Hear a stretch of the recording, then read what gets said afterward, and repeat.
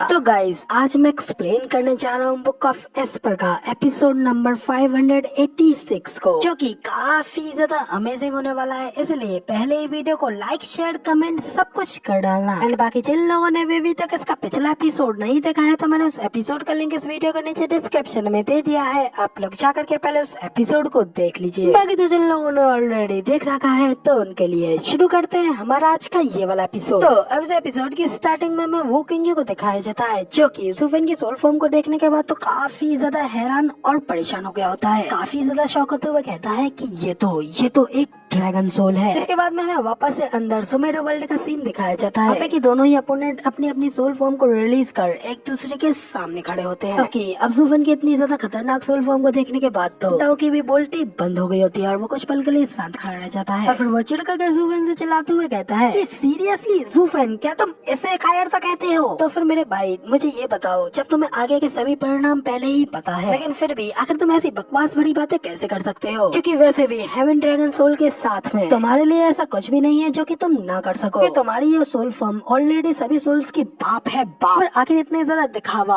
और एक विक्टिम बनने की कोशिश करने का क्या ही फायदा? साला यहाँ तक कि तुमने मुझे भी यकीन दिला दिया था कि हम ही जीतने वाले हैं। इस पर ज़ूफ़ेन स्माइल करते हुए उससे कहता है कि हाँ, मैंने तुमसे कहा था कि मैं तुम्हारा सामना करूंगा, लेकिन मेरी उन बातों से तुम्हारे इतना ज्यादा एक्साइटेड होने से कोई मतलब नहीं था। क्योंकि मैंने तो ऐसा नहीं कहा था कि मेरे पास में तुम्हें हराने का कोई तरीका नहीं है जिसे कि लेकर के तुम इतने ज्यादा एक्साइटेड हो रहे थे। खैर छोड़ो इन सब बातों को, ये तो पुरानी हो गई। और अब मुझे बताओ कि क्या तुम अभी भी आगे लड़ना चाहोगे? और अगर नहीं चाहते हो तो एक व्हाइट टॉवलिया फेंक करके अपनी हार मान लो। इस पर वेंटाओ अभी भी अपनी हार ना मानते हुए कहता है, क्या कहा? टॉवल फेंक करके अपनी हार मान लो? ऐसा तो कभी नहीं हो सकता। जब हम सभी की सोल से एक दूसरे के साथ कंबाइन हो जाती है तो फिर हम लोग खून की नदियाँ बहा देते हैं। इतना कहते हुए फिर वेंटाओ अपनी और भी ज्यादा सोल एनर्जी को फुल अनलिस्ट करते हुए उससे अपनी स्वॉर्ड की पावर को बढ़ाने लगता है और अपनी फुल फोर्स के साथ में ज़ूफ़ेन के हेवन ड्रैगन सोल के हाथों से अपनी सोल को छुड़ाने की कोशिश करता है। जो तो वह देख करके तो ज़ूफ़ेन भी एक पल के लिए थोड़ा शॉक हो जाता है, लेकिन फिर साथ ही ज़ूफ़ेन भी अपने हाथ को आगे बढ़ाता है और अपने हेवन ड्रैगन सोल के साथ में वेंटाओ की कंबाइन स्वॉर्ड सोल को और भी ज्यादा कस के जकड़ने लगता है। लेकिन फिर भी वेंटाओ अपनी पूरी जान लगा करके अपनी फुल फोर्स के साथ में ज़ूफ़ेन के ड्रैगन के हाथों से उस स्वॉर्ड को छुड़ाने लगता है। इस वजह से वो स्वॉर्ड भी ड्रैगन के हाथों से धीरे धीरे छूटने लगती है। तो ये देख करके तो ज़ूफ़ेन भी वेंटाओ से कहता है, वेंटाओ, क्या तुम इसमें अपना सब कुछ जोखिम में डालने पर तुले पड़े हो? क्योंकि अगर ऐसा ही चलता रहा तो फिर मुझे भी अपनी फोर्स का इस्तेमाल करना पड़ेगा, जिसका कि अंत सिर्फ यही होगा, या तो तुम अपनी फुल स्वॉर्ड सोल की फोर्स के साथ में मेरे हेवन ड्रैगन सोल के हाथों से बच निकलोगे, और या फिर मैं अपने हेवन ड्रैगन सोल की क्ला के साथ में तुम्हारी पूरी स्वॉर्ड सोल को चकनाचूर कर दूंगा, लेकिन इसमें तुम्हारा नुकसान ही सबसे ज्यादा होगा। तो इस पर वेंटाओ भी ज़ूफ़ेन से कहता है कि मुझे क्लियर पता है कि आगे क्या होने वाला है, लेकिन स्पष्ट परिणामों के बावजूद भी खतरों का सामना करना यही हमारे स्वॉर्ड गॉड सेक्ट की खासियत है। अगर अब हम हार मान करके पीछे हट जाते हैं तो इस शर्मिंदगी को हम पूरी जिंदगी एक्सेप्ट नहीं कर पाएंगे और फिर हम लोग उसके बाद में फ्यूचर में कभी भी स्वॉर्डमैनशिप की पीक तक नहीं पहुंच पाएंगे। तो इस शर्मिंदगी से अच्छा ऑप्शन तो हमारे लिए मौत ही है। पर ज़ीटियन भी अपनी पूरी जान लगा करके एनर्जी को रिलीज करते हुए ज़ूफ़ेन से कहता है कि ज़ूफ़ेन, मैं एक martial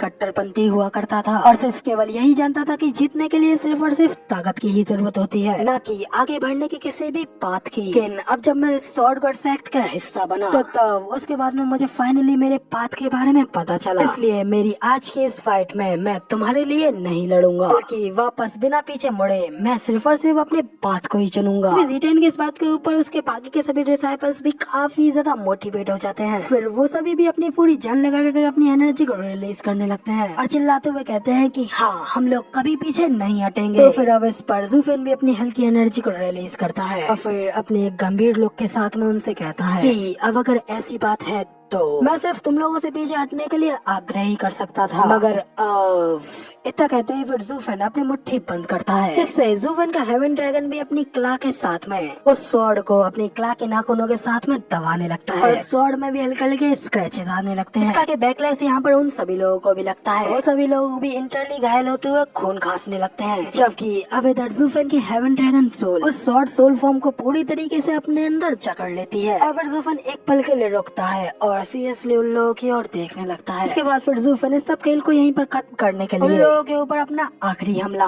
breath style third move necro dragon screech का यूज करता है और फिर इसी के साथ में ज़ूफ़ेन का हेवन ड्रैगन एक जोरदार दहाड़ लगाता है, जिसकी की शॉक वेव्स ही इतनी ज्यादा पावरफुल होती है। उन लोगों की कंबाइंड शॉर्ट सोल फॉर्म ज़ूफेन की ड्रैगन की दहाड़ की वजह से यहाँ पे कांपने लगती है और फिर अचानक से उसके अंदर बड़े बड़े क्रैक्स आने लगते हैं। इसके साथ ही उन लोगों की वो शॉर्ट फॉर्म वहीं पर टूट करके बिखरने लगती है, जबकि जैसे ही उनकी शॉर्ट पूरी तरीके से डिस्ट्रॉय होती है तो उसका बैकलैश वापस से उन सभी लोगों के ऊपर पड़ता है और फिर वो लोग फिर से इंटरनली काफी ज्यादा इंजर्ड होते हुए एक साथ खून की उल्टियां करने लगते हैं। उन सभी की सोल्स एक साथ ही बुरी तरीके से घायल हो चुकी होती है। इसी के साथ में वो सभी लोग अपने पैरों के ऊपर भी खड़े नहीं हो पाते, ज़ूफेन के सामने अपने घुटनों के बल बैठ जाते हैं। तभी हमें सुपीरियर 3 सेक्ट के थर्ड रैंकिंग राइटियस सेक्ट के यंग मास्टर को दिखाया जाता है, जो कि फिर से ये सब देखते हुए कहता है डेमोनिक कल्टीवेटर्स हमेशा ही काफी ज्यादा बुरे और धोखेबाज व्यक्ति होते हैं। वो स्वॉर्ड गॉड सेक्ट को अपना ओवे बना रहा है और अब वो ये सब करके ये साबित करना चाहता है कि अब उसके डीमन स्कैमिंग सेक्ट को मिडिल 3 सेक्टों के बीच में उसकी पोजीशन के ऊपर कोई भी उंगली नहीं उठा पाएगा।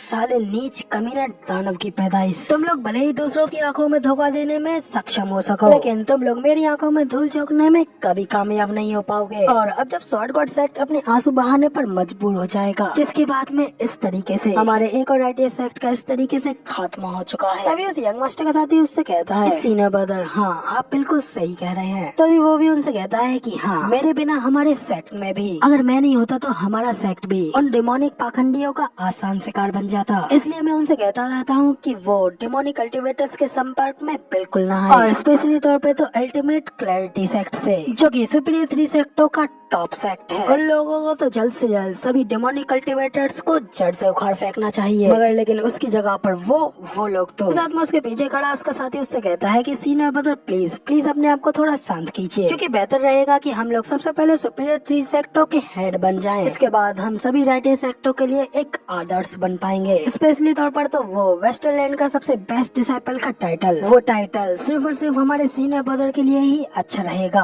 और सिर्फ सीनियर ब्रदर और उनके राइटियस विचार ही अब हमारे इस वेस्टरलैंड को लीड करने के लिए पूरी तरीके से लायक हैं। सेलेस्टियल राइटियस सेक्ट का वो यंग मास्टर भी हंसते हुए कहता है कि हाँ तुमने बिल्कुल सही कहा, वो सिर्फ मैं ही कर सकता हूँ। लेकिन फिर इसी के साथ में वो सीरियस होते हुए अपने मन में कहता है कि मगर लेकिन फिर भी मैं वो किंग यू और उस यानमू को हरा नहीं सकता। और अब जरा देखो तो सही, साला अब एक और मॉन्स्टर यहाँ पर हेवन ड्रैगन सोल के साथ में अपेयर हो चुका है, और साला वो तो बिल्कुल एक पूरा राक्षसी मैडमैन है। तो क्या कहीं ये हमारी धार्मिकता के विनाश का कोई संकेत तो नहीं? तो इसी के साथ में यहाँ पे हमारा उस बंदे का सीन चेंज होता है। हमें अगले सीन में यानमू को दिखाया जाता है, जो कि अपने सामने के नजारे को देखकर काफी ज्यादा हैरान होते हुए कहता है क्या वाकई में उस बच्चे ने उन सभी लोगों को जान से नहीं मारा? तो इस पर वो किंग भी थोड़ा हैरान होते हुए कहता है कि क्या वो ऐसा अपने सेक्ट के लिए फ्यूचर के लिए कर रहा है, क्योंकि वैसे भी डीमन स्कैमिंग सेक्ट लोअर 3 सेक्टों में से ही एक है, और अब जब वो बढ़ करके मिडिल 3 सेक्टों में से एक सेक्ट बन चुके हैं, तो इसलिए इस तरीके से स्वॉर्ड गॉड सेक्ट की पूरी टीम को इस तरीके से डिस्ट्रॉय कर देना सिर्फ और सिर्फ बाकी के सभी सेक्टों को उनके लिए हेट्रेड पैदा करवाएगा। मिडिल 3 सेक्टों में से एक बनना अलग बात है, लेकिन नंबर 1 बनना